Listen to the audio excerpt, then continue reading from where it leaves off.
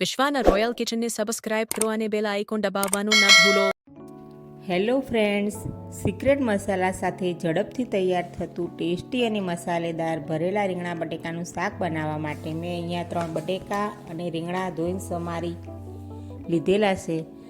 તેની અંદર ભરવા માટેનો મસાલો તૈયાર કરીશું. લસણ, લીલા મરચાં, લાલ મરચું, હળદર પાવડર, ધાણા જીરું, ગરમ મસાલો, મીઠું, જીરું બધું નાખી અને ખાંડી લઈશું. ખાંડી અને આપણી પેસ્ટ તૈયાર થઈ ગઈ છે. એને એક બાઉલમાં કાઢી લઈશું.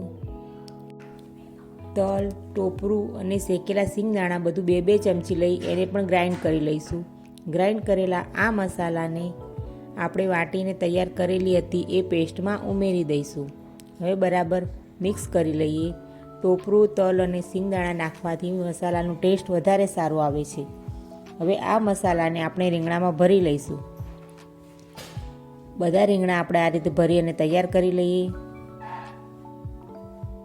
આપણા રીંગણા બધા ભરાઈ ગયા છે. હવે એક પેનમાં તેલ ગરમ મૂકી તેમાં જીરું, હિંગ નાખી એક ટામેટું વઘારમાં નાખીશું.